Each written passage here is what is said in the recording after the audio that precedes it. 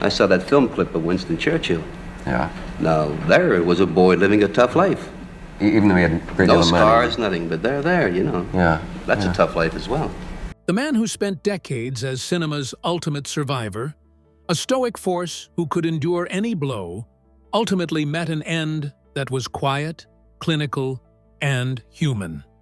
While his screen persona suggested a life that would conclude in a hail of gunfire, Charles Bronson's reality was a slow, dignified retreat from the world. Behind the granite stair lay a story of a laborer who worked until the tools finally fell. A man whose true strength was tested not by enemies, but by the devastating, lingering loss of his wife, Jill Ireland. The end of a long, hard-fought life. The end for Charles Bronson did not arrive with the cinematic thunder his fans had come to expect from a man who spent 4 decades as the personification of rugged, unbreakable survival. Instead, it was a quiet, clinical retreat within the sterile walls of Cedars-Sinai Medical Center in Los Angeles. On August 30, 2003, at the age of 81, the man-born Bukinski finally succumbed to a complication of pneumonia. To the public, he was the vigilante who could never be caught, and the soldier who could never be broken. But the medical reality of his final weeks painted a far more vulnerable portrait of a human being whose physical machinery was simply worn out by the friction of a long, hard-fought life. While the immediate cause of death was respiratory failure, the lead-up to his passing was a slow, agonizing erosion of the very traits that had defined his career. For several years, Bronson had been privately battling the onset of Alzheimer's disease.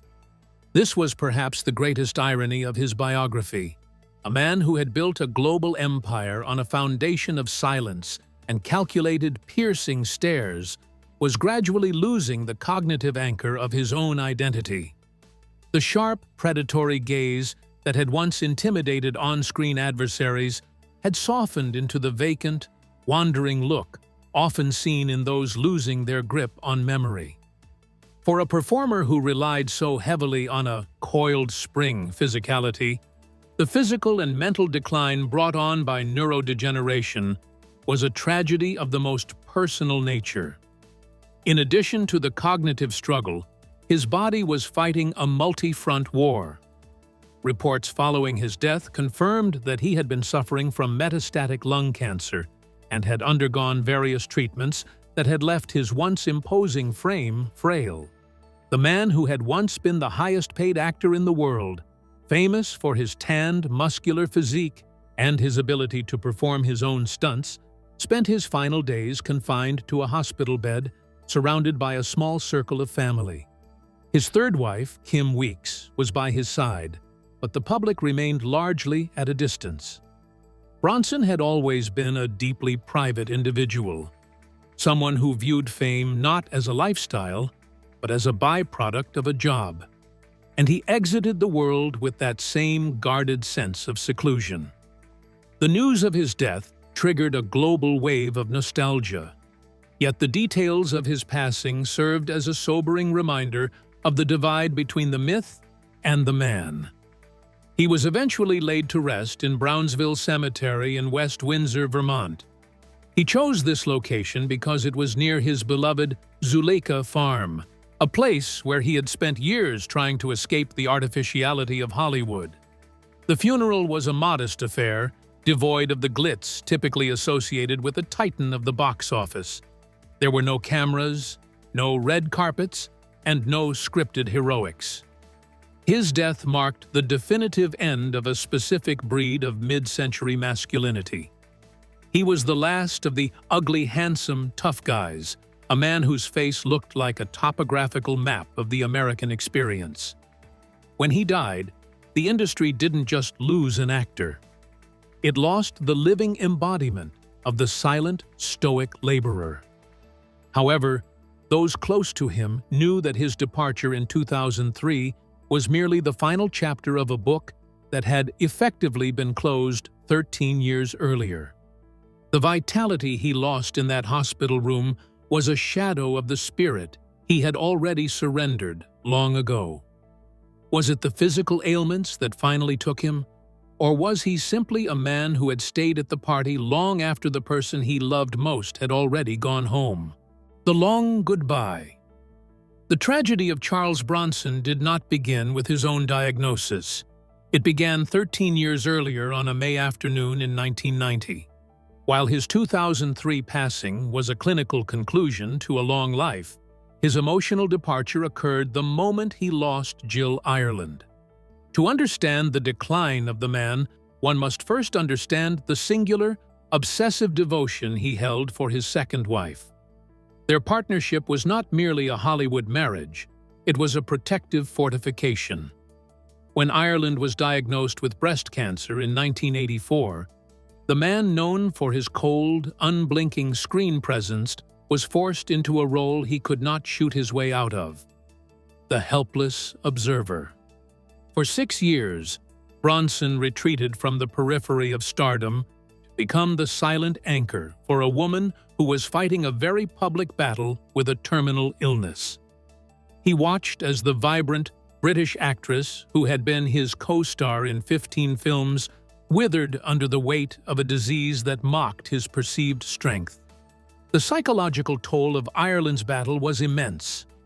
Bronson, a man who famously trusted almost no one, had allowed Jill to be his social translator and his primary connection to the world. When she died on May 18, 1990, at their home in Malibu, the light effectively went out of his career and his personal life. He was 68 years old, and though he would continue to work and eventually remarry, those who knew him noted that the spark of the predator had vanished from his eyes. The grief was not a temporary cloud, but a permanent atmospheric shift. He became increasingly reclusive, retreating to the shadows of his various properties, appearing in sequels and television movies that lacked the gritty conviction of his prime. It was as if he was merely going through the motions of being Charles Bronson, because he no longer had his partner to reflect his true self back to him. This period of mourning transitioned into a more insidious form of decline as the 90s progressed. The onset of Alzheimer's disease in his later years was a cruel postscript to a life defined by total self-reliance. For a man whose entire brand was built on being the one in control, the one who saw the danger before anyone else, the loss of his cognitive faculties was a profound indignity.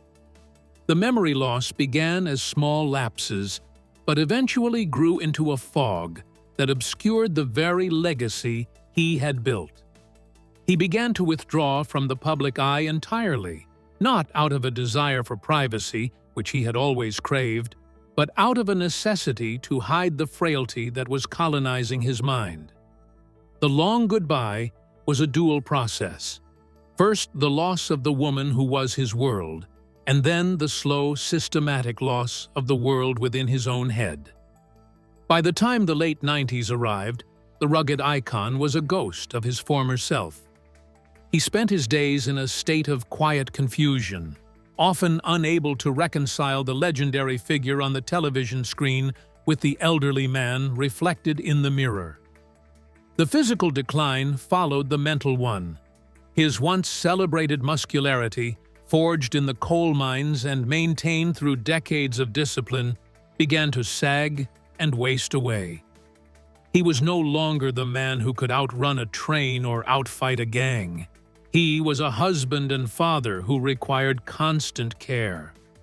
This era of his life was marked by a profound sense of isolation, as the Hollywood machine he had once dominated moved on to younger, louder heroes, leaving the silent sentinel to fade in the twilight of his own memories.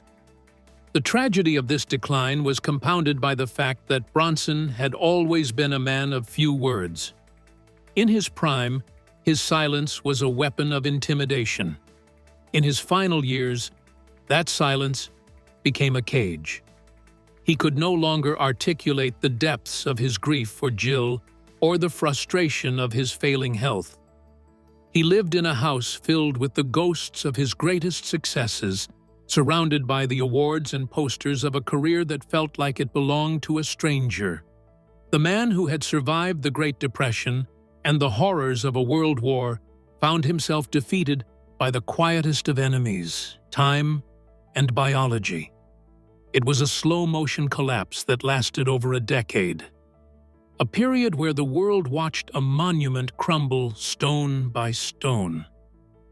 What remains of a man when the memories that define him are stripped away, leaving only the hardened shell of a persona he no longer remembers creating? The Iron Persona. The phenomenon of Charles Bronson's stardom was a direct defiance of traditional Hollywood charm. While his peers were often defined by their polished delivery or expressive range, Bronson built a global empire on a foundation of absolute stillness. He was the Iron Persona, a man whose face was etched with the weary lines of 1,000 battles and whose dialogue was stripped to the barest necessities. To watch a Bronson performance was not to see a man acting, but to witness a man existing with a level of intensity that made words feel redundant. This cinematic identity was a carefully constructed fortress of silence, a coiled spring physicality that suggested at any moment the quiet man in the corner could become the most dangerous person in the room. This was not the flashy heroism of the Golden Age, but a grim, transactional form of masculinity that resonated deeply with a 70s audience disillusioned by rising crime and systemic failure. Central to this persona was the idea of the everyman who had been pushed too far. In his most iconic role as Paul Kersey in Death Wish, Bronson tapped into a primal, collective anger. He did not play a superhero. He played a grieving husband and father who took up arms because the institutions meant to protect him had failed. This role transformed him from a reliable character actor into a worldwide cultural icon, specifically because he looked like a man who had actually lived. His skin was leathery. His eyes were perpetually narrowed as if scanning for an ambush, and his movements were economical and purposeful. He represented a brand of stoic justice that didn't require a badge or a legal brief, only a steady hand and a cold heart. This persona was so pervasive that it often blurred the line between the actor and the characters he inhabited, leading the public to believe that the man they saw on screen was exactly who he was in private. However, the iron in his persona was not just about violence. It was about a profound, internal discipline. Bronson was one of the few actors who understood the power of the camera's gaze. He knew that if he remained still enough, the audience would project their own fears and desires onto his face. In classics like Once Upon a Time in the West, he dominated the screen without saying more than a dozen lines. His harmonica was a ghost in human form, a figure of pure vengeance whose motivation was written in the creases of his forehead rather than the pages of a script. This economy of motion was his greatest tool. He didn't need to shout to be heard. His presence alone occupied the space, creating an aura of intimidating competence that few actors in history have ever managed to replicate. He was the ultimate pro, a man who treated acting like a trade, bringing the same blue-collar work ethic to a film set that he once brought to the coal mines. Despite his massive success, Bronson never quite fit into the Hollywood social machine. He viewed the industry with a healthy dose of suspicion, often refusing to play the games of publicity and vanity that his status demanded. This standoffishness only added to the iron myth. To the fans, he was the guy who didn't care about the Oscars or the parties. He was the guy who did the job and went home to his family. This sense of authenticity made him a hero in places like Japan and Europe long before he became a superstar in America. They saw in him a universal symbol of the survivor, a man who could be beaten, bruised, and broken, but who would always find a way to stand back up. His persona was a rejection of the pretty boy aesthetic, proving that a man with a face like a fist could still be the biggest star in the world. As the years passed, this persona became a cage, as much as a calling card. By the 80s, the industry began to demand more cartoonish versions of his toughness, leading to a series of increasingly violent sequels that lacked the psychological depth of his earlier work. Yet, even in these later films, that core of iron remained.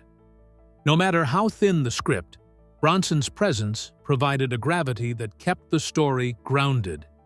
He was the last of a dying breed, a link to an era where a man's word was his bond, and his character was judged by his actions rather than his social standing. He remained the silent sentinel of the box office, a figure of unwavering consistency in a rapidly changing world. But beneath that impenetrable granite exterior, where did the performance end and the real man, the boy from the soot-covered valleys of Pennsylvania, actually begin? Roots of resilience. The iron exterior that Charles Bronson presented to the world was not a product of Hollywood charm schools or method acting. It was forged in the literal darkness of the Pennsylvania coal mines. Born Charles Bukinski in 1921, he was the 11th of 15 children in a household where poverty was not an abstract concept but a daily physical weight. His parents were Lithuanian immigrants who settled in the company town of Ehrenfeld, a place where the air was thick with coal dust and the horizon was hemmed in by the jagged edges of the Allegheny Mountains. In this environment, survival was the only ambition. The death of his father when Charles was only 10 years old forced him into the workforce prematurely, thrusting a child into the suffocating depths of the mines to help feed a massive, grieving family. This period of his life established the foundation of his stoicism. He learned early on that the world did not care about his pain, and that silence was often the only dignified response to hardship. Working in the breaker rooms and the deep shafts, Bronson spent his formative years in a subterranean world where a single mistake could be fatal. He famously recalled having to wear his sister's hand-me-down dress to school because there were no other clothes available, a humiliation that would have broken a lesser spirit but only served to harden his resolve. This was a Dirty Dozen reality long before it was a movie title. The grit under his fingernails and the soot in his lungs were the genuine markers of his upbringing, creating a man who viewed the physical world as something to be endured and overcome. Even as he grew into a powerful young man, the specter of the mines stayed with him. He developed a lifelong claustrophobia, a psychological scar from the years spent miles underground in cramped, oxygen-deprived spaces where the ceiling always felt like it was on the verge of collapsing. The transition from the mines to the military during World War II provided another layer of armor to his character. Serving as a tail gunner on a B-29 Superfortress, Bronson flew 25 missions over the Pacific, earning a Purple Heart for wounds received in battle. In the cramped plexiglass bubble of a bomber's tail, he was once again confined to a small space, but this time his survival depended on his ability to remain calm under fire. This military service reinforced his belief in the pro mentality, the idea that a man does his job regardless of the danger or the odds. When he returned from the war, he didn't head for the theater. He worked as a bricklayer, a baker, and a longshoreman. He was a laborer by trade and a survivor by necessity. And when he finally stumbled into acting through a Philadelphia theater group, he approached the craft with the same calloused hands he used to haul coal. This background of extreme deprivation and high-stakes violence gave Bronson an authenticity that his contemporaries simply could not manufacture. When he stood on a movie set, He didn't need to find his motivation for a scene involving hunger or exhaustion. He had lived those states for the first 25 years of his life.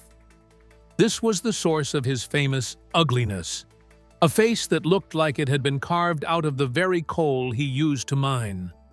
Hollywood at the time was populated by polished leading men, but Bronson offered something different, a glimpse of the raw, unvarnished American working class. He was a man who spoke with his hands and his eyes, because in the mines and the war, talk was cheap and often dangerous. He carried the weight of his 15 siblings and his dead father into every frame, creating a screen presence that felt heavy with history. Even as he ascended to the heights of international fame, he never truly left Ehrenfeld behind. He remained suspicious of wealth and fame, famously saying that he only acted because it paid better than the mines. This grounded perspective prevented him from becoming a victim of his own ego, but it also made him an outsider in an industry built on vanity. He was a man of the soil and the soot, someone who understood that everything, fame, health, and even life itself, could be taken away in an instant. This inherent fatalism was what made his performances so compelling. He played every character as if they were already living on borrowed time. He was a monument to the resilience of the immigrant spirit, a living proof that a boy from the pits could reach the stars, provided he was willing to bleed for it. How does a man who spent his youth in the cold, dark silence of the earth react when he finally finds a partner who can speak the language of his soul? The Jill Ireland era. The entry of Jill Ireland into Charles Bronson's life was not merely a romantic milestone.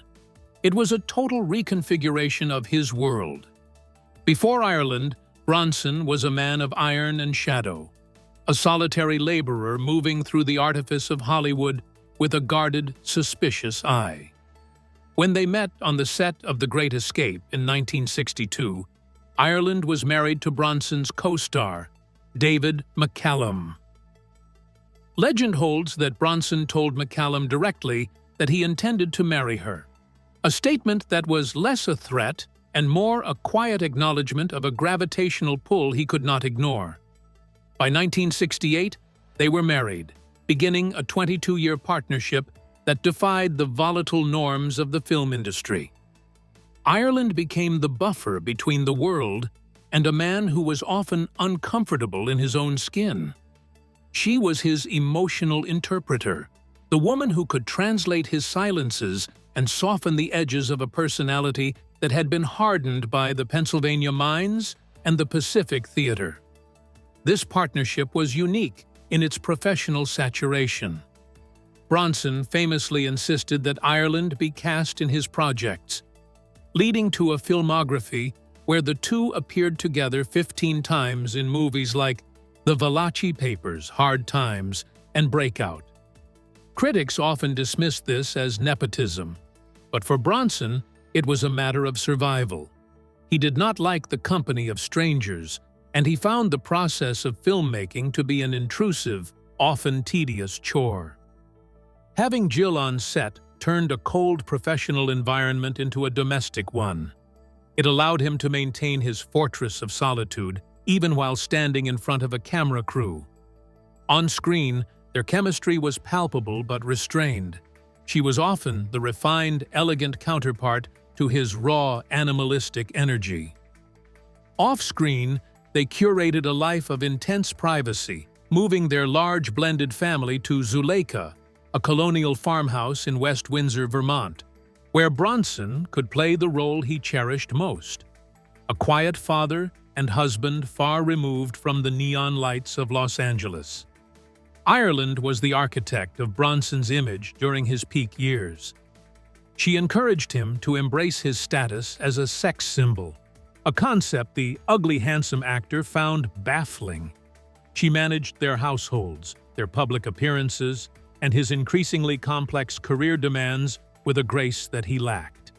In many ways, she was the only person Charles Bronson truly trusted.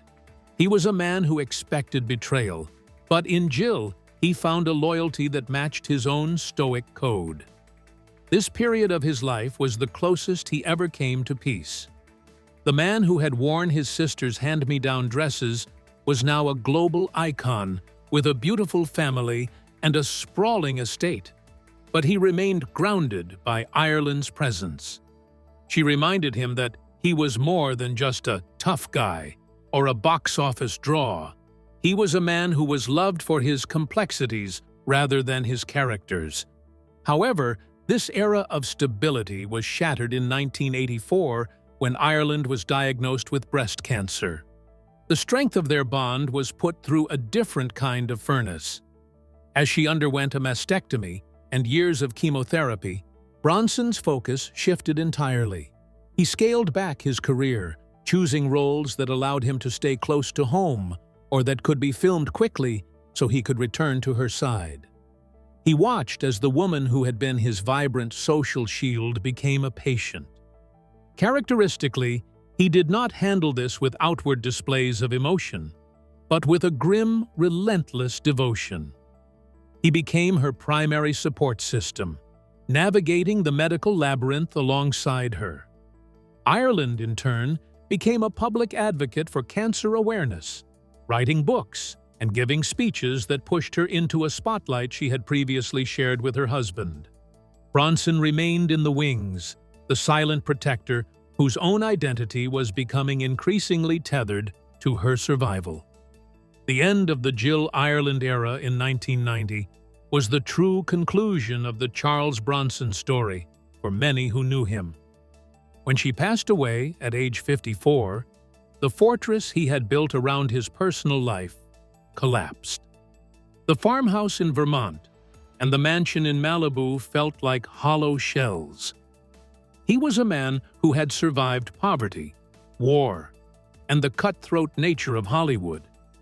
But he could not survive the silence that followed her voice. Without her to interpret the world for him, he retreated further into the stoicism that had always been his default setting. The partnership had been his only real defense against the cynicism of his profession, and its loss left him exposed to the slow, inevitable decline that would define his final decade. He had spent 20 years in the sun with Jill, and for the rest of his life, he would live in the long, cold shadow of her absence. As the final credits began to roll on his most meaningful collaboration, how would the world remember the man who had lost his only reason to speak? The cultural legacy. The departure of Charles Bronson in 2003 did not merely signify the passing of a film star, it marked the extinction of a specific, prehistoric breed of masculinity. In a modern, cinematic landscape increasingly populated by polished, ironized heroes and digital spectacles, Bronson remains a jarring reminder of a time when gravity was measured in the lines of a man's face.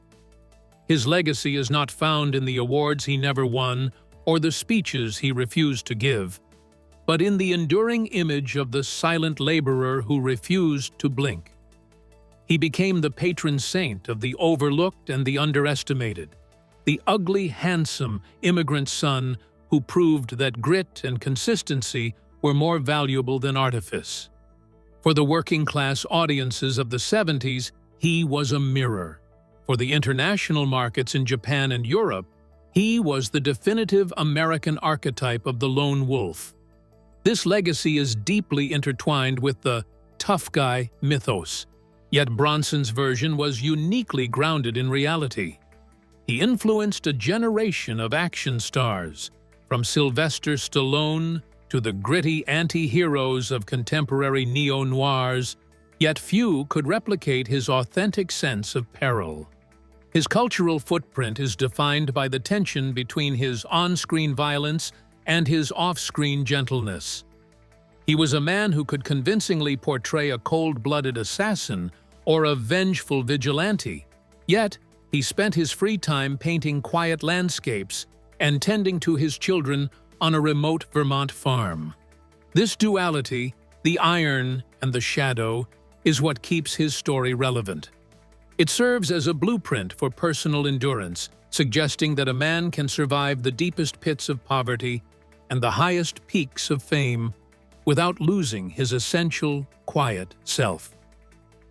Ultimately, the tragedy of Charles Bronson's final years, the loss of Jill, the erosion of his memory, and his quiet clinical end, does not diminish the monument he built. Instead, it humanizes it. It reminds us that even the most indestructible icons are subject to the same biological and emotional vulnerabilities as the audiences who cheered for them. He transitioned from the soot-covered mines of Pennsylvania to the gilded heights of Hollywood, only to return to the silence he had always known. His life was a full circle, a masterclass in the art of being oneself, in a world that constantly demands a performance. When the final frame froze on his life, it left behind a silhouette of a man who worked hard, loved deeply, and knew exactly when it was time to stop talking. The silent sentinel has finally stepped away from his post, leaving the world to wonder if we will ever again see a face that tells a story so clearly without uttering a single word. The man who survived the crushing depths of the coal mines and the dangers of the Pacific sky finally found his peace in the quiet soil of Vermont.